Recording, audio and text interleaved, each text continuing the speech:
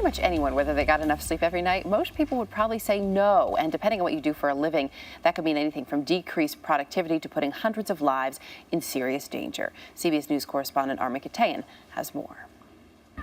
A relaxing snooze in the midday sun, a stark contrast to the alarming places some people are being found asleep these days.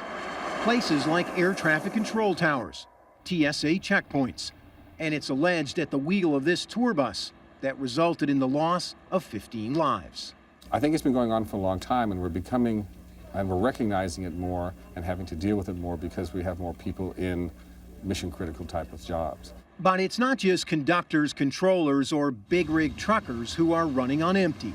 A recent study showed 35% of those surveyed reported sleeping less than the recommended 8 hours a night.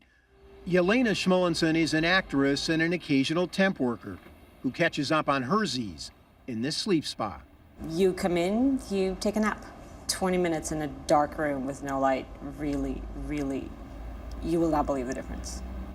At this sleep disorder center in New York, doctors and researchers are studying the effects of the lack of proper shut-eye.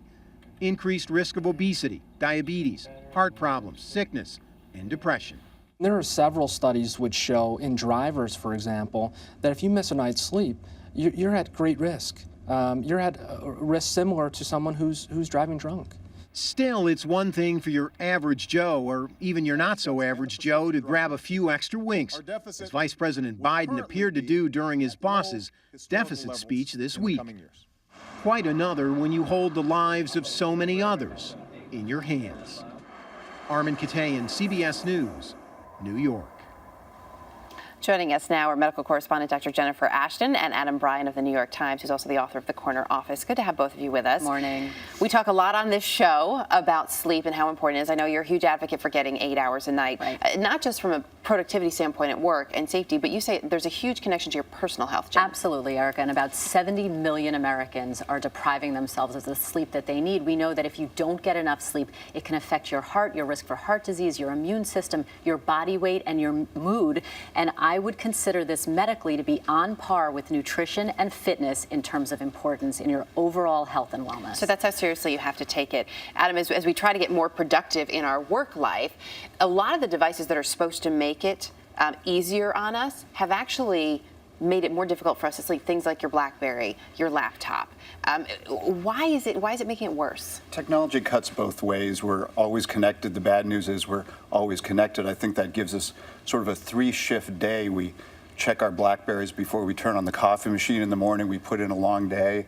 We turn off the light to go to bed, but we check that BlackBerry one last time.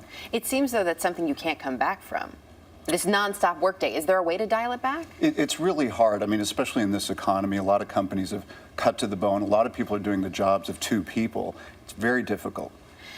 So knowing that it's difficult, knowing that people's lives are hectic, how do you then work towards, if not more sleep, better sleep? Well, I think that there's a big stigma about sleep in this country, Erica, and people think if you sleep a lot, you're not as hardworking or you're tougher. And in actuality, you're probably not taking your health as smartly and as seriously as you could. So I think the tips for people are you have to make this a non-negotiable part of your daily ritual. You have to make it a priority. You have to stick to a same bedtime routine as much as you can on a daily basis. Even on the weekends? Absolutely. You can't store up and get your sleep on a weekend that you've skimped on during the week. You want to avoid alcohol and caffeine later in the day, which can be hard if you're tired and you're combating fatigue to begin with. And as we just heard from Adam, you want to really try to unplug yourself and avoid the use of these electronic devices at least about an hour before bedtime, because they really do stimulate our brain. You need to send your brain the message, it's time to lay down, recharge, and kind of just reset your whole body. And even keeping them out of the bedroom can be important. Those blue lights can affect the way you sleep, right? Absolutely, and we've heard a lot about that. People have so many lights in their bedroom, it's almost like they're at an airport. Yeah. And when your eyes are closed, your brain is getting that stimulation. So you really want to sleep in a dark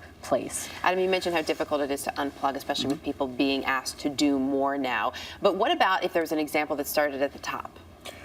It's an important phrase. It starts at the top. I think CEOs send a culture about their expectations for the employees of how connected they are. A lot of CEOs I talk to do set boundaries. They will tell their employees explicitly, Friday night and I'm unplugging, and I will plug back in Sunday morning so you can have the Saturday off. If there's an emergency, you know how to reach me. Or they do that for the dinner hour. It's an important signal to send. Can you as an employee go to your boss and say, look, I need to work on my sleep. I need to be more productive. I am unplugging. You know, at 9 o'clock, my BlackBerry's off. I'm not turning on my laptop. A lot of CEOs do seek feedback from their employees, and sometimes it's even anonymous. So it might be a good idea for some employees to say, hey, can we put a fence around this just so I can get some time off? Probably better than nodding off at your desk. Exactly. Or in the operating room. Or in the operating room, wherever your office may be. That's right. Jen, Adam, good to have you with us. Thanks. Thank you.